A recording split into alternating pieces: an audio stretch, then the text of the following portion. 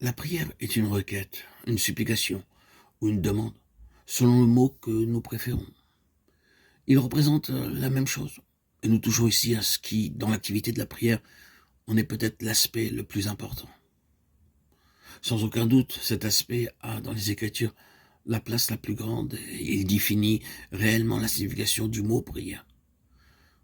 Au point de vue des Écritures, la prière est considérée justement comme signifiant supplication. Et si nous prenons la parole de Dieu, nous verrons que, dans la plus grande mesure, la prière signifie supplication. Peut-être n'est-il pas nécessaire de chercher à le prouver pour que nous en soyons persuadés. Mais nous sommes certains que nous comprendrons facilement combien il est nécessaire de relever ce fait. Car nos problèmes les plus difficiles se trouvent dans cette direction de la requête.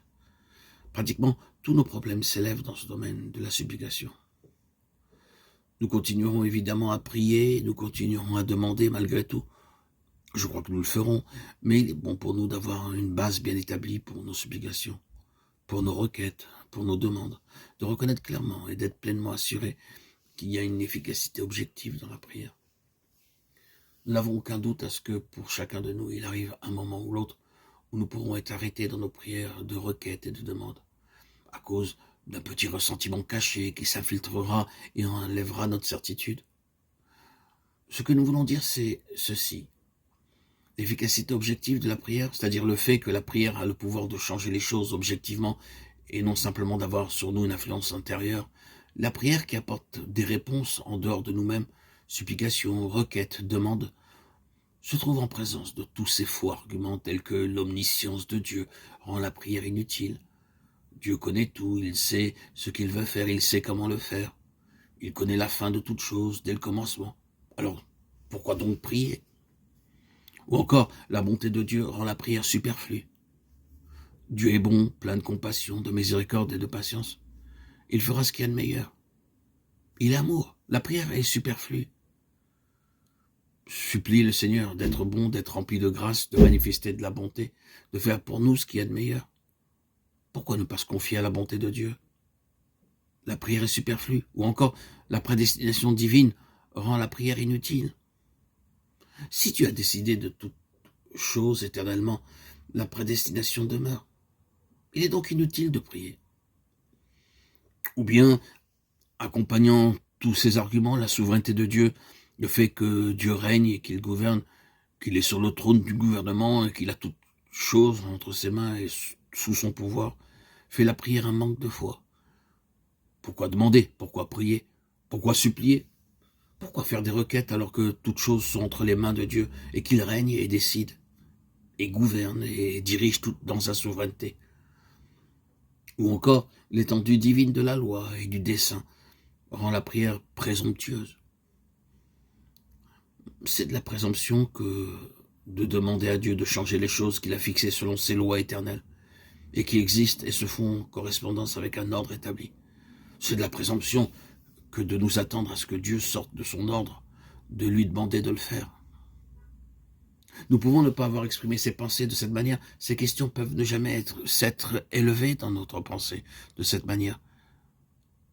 Mais cependant, je puis croire ce fait, que ces mots aient été dans notre pensée ou non, que nous ayons exprimé ces pensées de cette manière ou non, de temps à autre, ce qu'elles signifient peut s'être infiltré subtilement dans notre vie de prière, pour l'affecter et en enlever la force.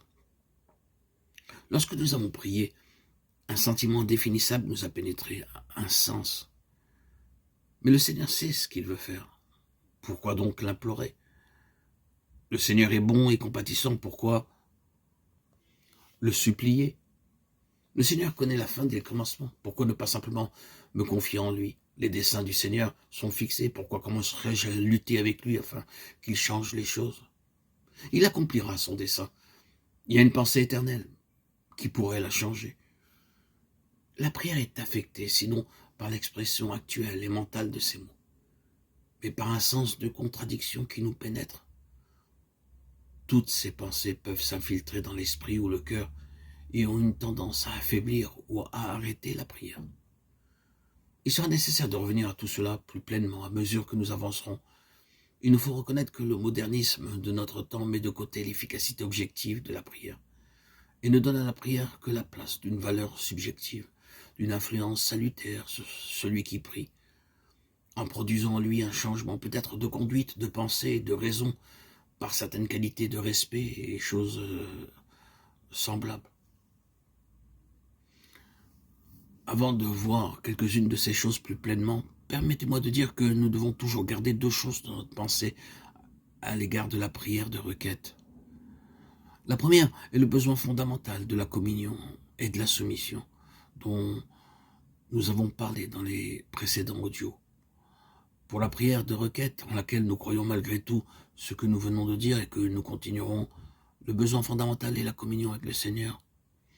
De sorte que la prière ne consiste pas simplement à demander à Dieu de faire quelque chose, mais elle sort d'une communion du cœur avec lui. Et ensuite, la soumission, de sorte que nos requêtes ne s'élèvent pas pour les buts personnels selon des désirs personnels, mais par la soumission, nous avons été amenés en ligne avec la volonté de Dieu, et notre requête sera basée sur notre unité de pensée avec la pensée et la volonté de Dieu. Nous verrons que nous ne faisons qu'exprimer d'une autre manière ce que la parole de Dieu nous montre tout à fait clairement. Si vous demandez quelque chose selon sa volonté, c'est la soumission. La deuxième chose que nous devions garder dans notre esprit au sujet de la prière de requête, en rapport avec toutes les difficultés mentales dont nous avons parlé, c'est que la prière de requête devient avant tout un acte de foi. Ce sont ces choses qui font surtout de la prière de requête un acte de foi.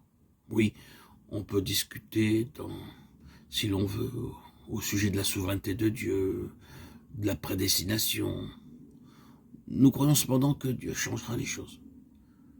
Malgré tous les arguments qui affaibliraient la prière et arrêteraient la prière, nous continuerons à demander. Cela fait avant tout de la prière de requête un acte de foi. On peut dire que c'est une manière facile de sortir de la difficulté,